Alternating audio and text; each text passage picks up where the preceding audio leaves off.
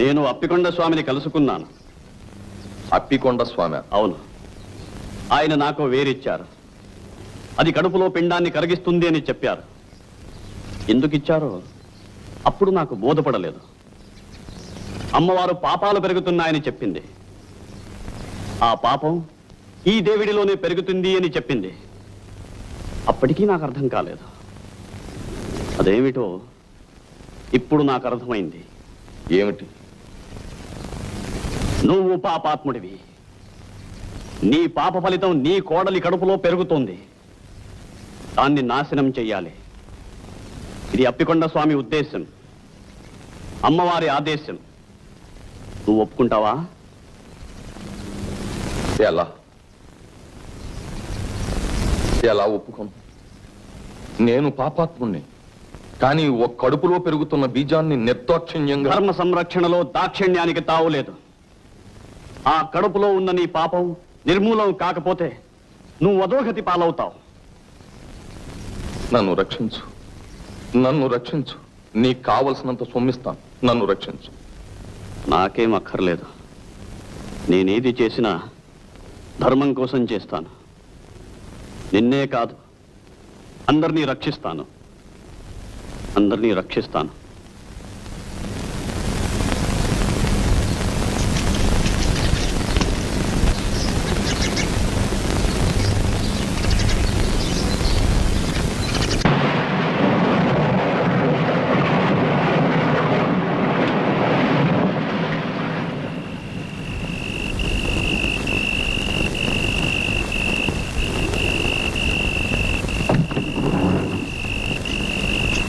అనసూయ,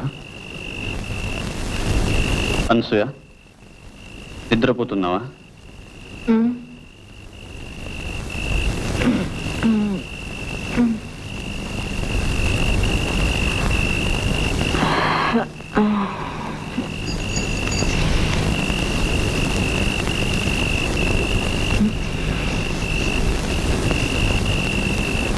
దాచమని ఇచ్చాని ఆ వేరు పట్రా.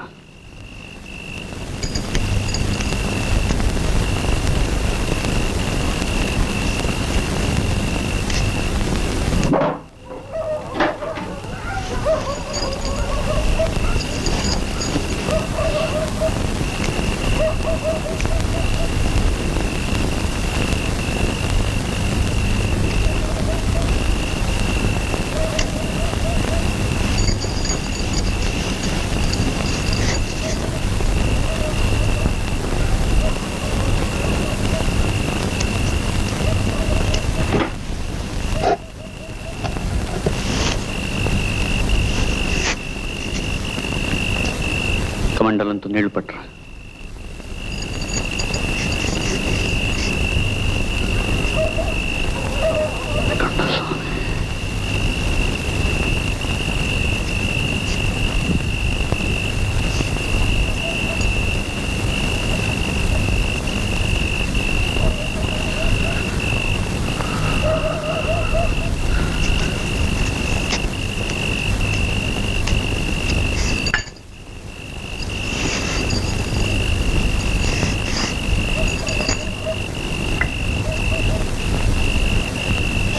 सर्वयंत्रात्मिके सर्वमंत्रात्मिके सर्वमुद्रात्मिके सर्वशक्त्यात्मिके सर्ववर्णात्मिके सर्वरूपे जगन्मात्रिके भूजगन्मात्रिके पाहि मां देवी तुभ्यं नमो देवी तुभ्यं नमो देवी. ఇది ఎవరి కోసం?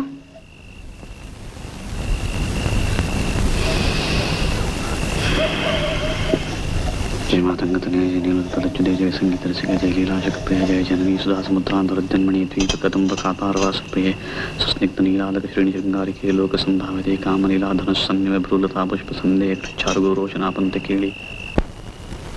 ఈ తీర్థంతో దేవిడిని దివించడానికి వచ్చాను.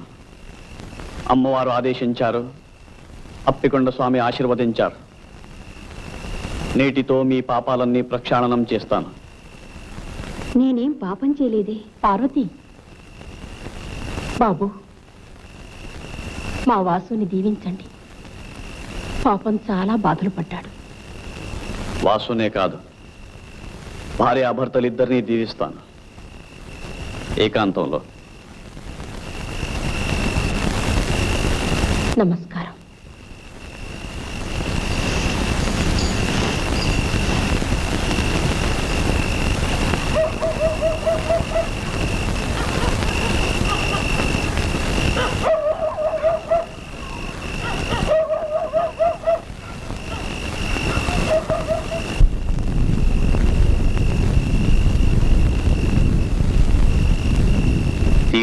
పుచ్చుకో అమ్మా.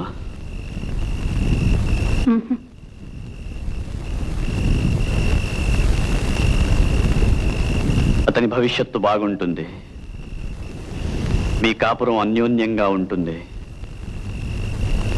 తీర్థం పుచ్చుకో అమ్మా. నన్ను అమ్మా అని ఎందుకు పిలుస్తారు? సహజంగా, స్త్రీ మాతృమూర్తి కనుక. ఓంకార పంజరశుకీం ఉపనిషద్ ఉద్యాన కేళీకలకంఠీం ఆగమ విపిన మయూరీం ఆర్యాం అంతర్విభావయేత్ గౌరీం.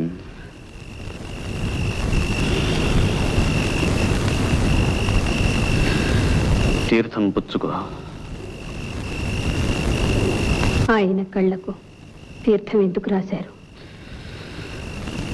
జగదం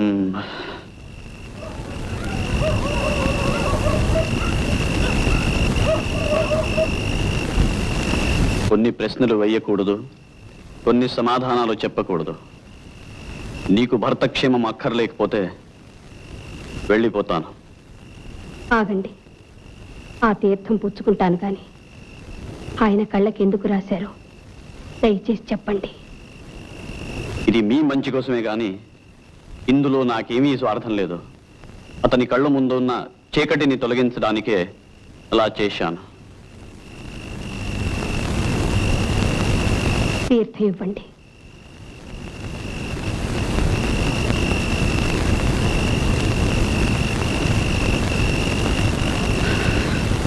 మాతా మరకతశ్యామ మాతంగీ మధుశాలిని కుర్యాత్ కటాక్షే కళ్యాణి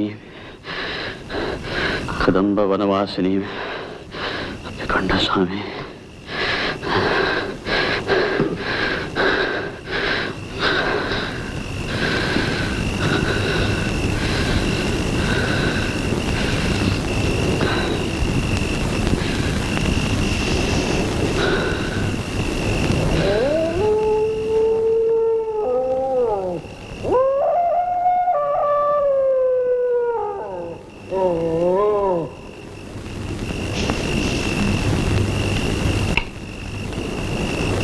మీ అమ్మవారి కోపం చల్లారిపోయినట్టేనా? నువ్వెలా నవ్వగలుగుతున్నావు? నీ పాపాల మూలంగా పతనమైన వాళ్ళ మీద నీకు జాలి దయలేదా? నువ్వు బాగా అలిసిపోయినట్టున్నావు. ఇంటికి వెళ్ళి విశ్రాంతి తీసుకో. నీకెప్పుడైనా ఏదైనా సొమ్ము కావలసి వస్తే కాకి చేత కబురంపించు, కావలసినంత పంపిస్తాను. ఆవేశపడకు. పాపాత్ముడిని నేను కాదు. వాసుకి జన్మనిచ్చిన వాడు పాపాత్ముడు. పార్వతి కడుపులో బీజం నాటిన వాడు పాపాత్ముడు. అది నువ్వే నువ్వే కాదు. మొదటిది మా అన్న, రెండవది వాసు. పార్వతి కడుపులోని బిడ్డకు వాసుయే తండ్రి.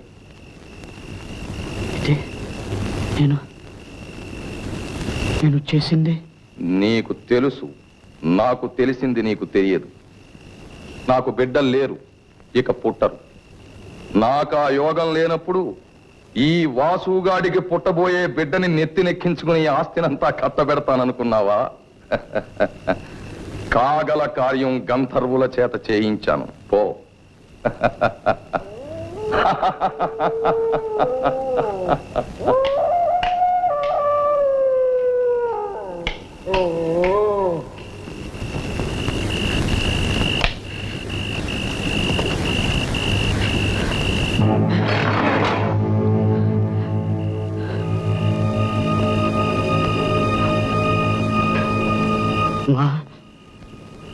ఎక్కడున్నావమ్మా?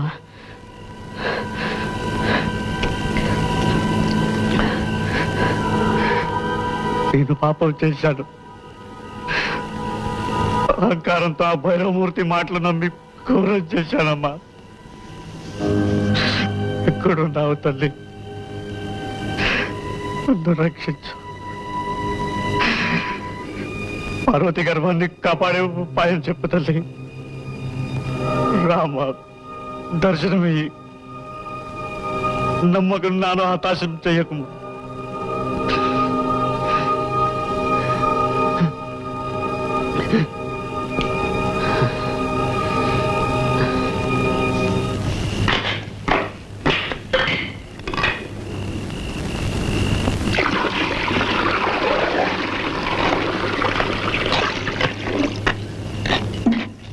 ఆ పులితోలు ఎక్కడిది? విజయనగరం నుంచి ఎవరో ధనవంతుడు వచ్చాడు. రోజంతా నీకోసం కాచుకొని ఉన్నాడు. ఎవరి దగ్గర నుంచి ఏమీ పుచ్చుకోకూడదు. పొరపాటైంది.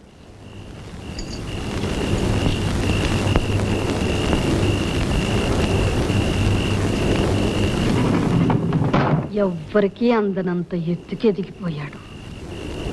ఈవేళ ఏమిటో అదోలా ఉన్నాడు. నాకు మరే ఉద్దేశము లేదు పుచ్చుకోవటంలో. సరేలే, వెళ్ళి పడుకోండి.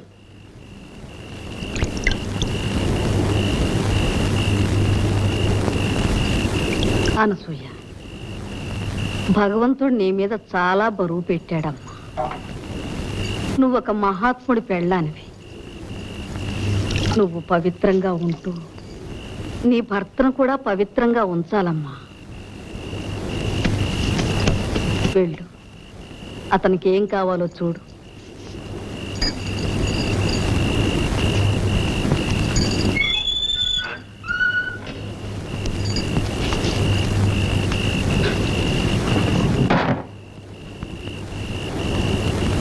ఆవిడకి ఆ తీర్థం ఇచ్చాను.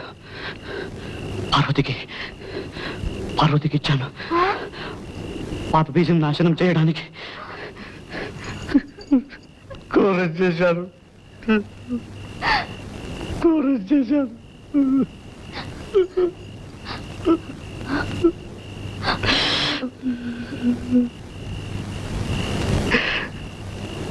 అమ్మవారిని పిలువ, రమ్మను. అమ్మవారిని పిలువ. అవును, అమ్మవారిని రమ్మను. వేగిన రమ్మను. అమ్మవారిని. ఆవిడ సలహా కావాలి. పిలు. అమ్మవారిని పిలు. కావాలంటే దేవి స్తోత్రం చదువుతాను. మాణిక్య వీణామ పొలాలయంతి మదాలసాం పంజుల వాగ్విలాసాం మహేంద్ర నీల జ్యుతి కోమలాంగి మాతంగ కన్యాం మనసా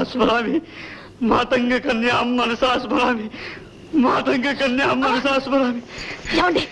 ఏమిటిది? వదలండి.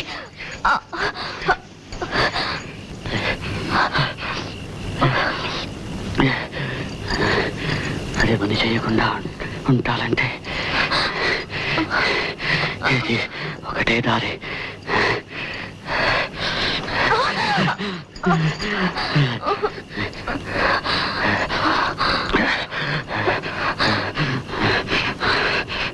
ఒక పాపాన్ని మరో పాపంతో తొలగించుకుంటాను. రా, పడుకో. పడుకో.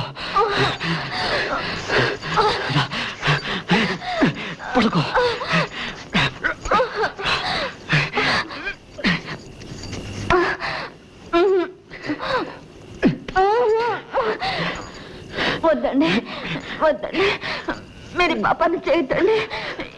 ఏమండి చెప్తుంటే మీకు కాదు. ఏమిటిది? ఏమండి మీరు మహాత్ములు. ఎవరికైనా తెలిసిందంటే నా ముఖాన్ని ఉమ్మేస్తారు.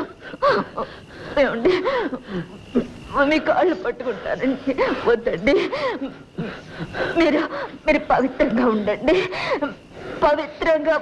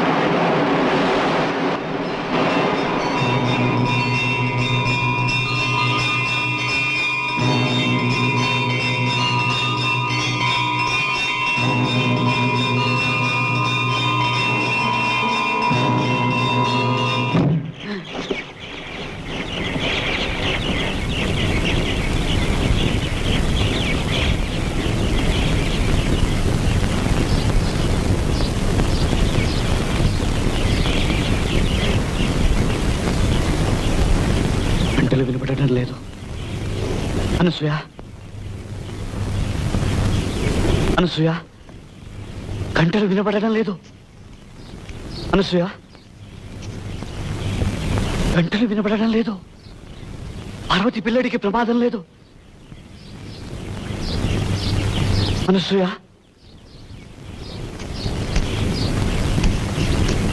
అనసూయ,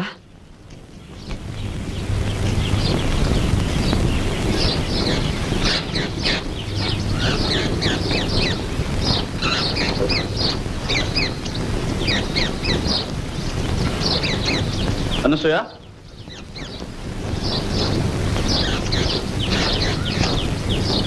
అనసూయ,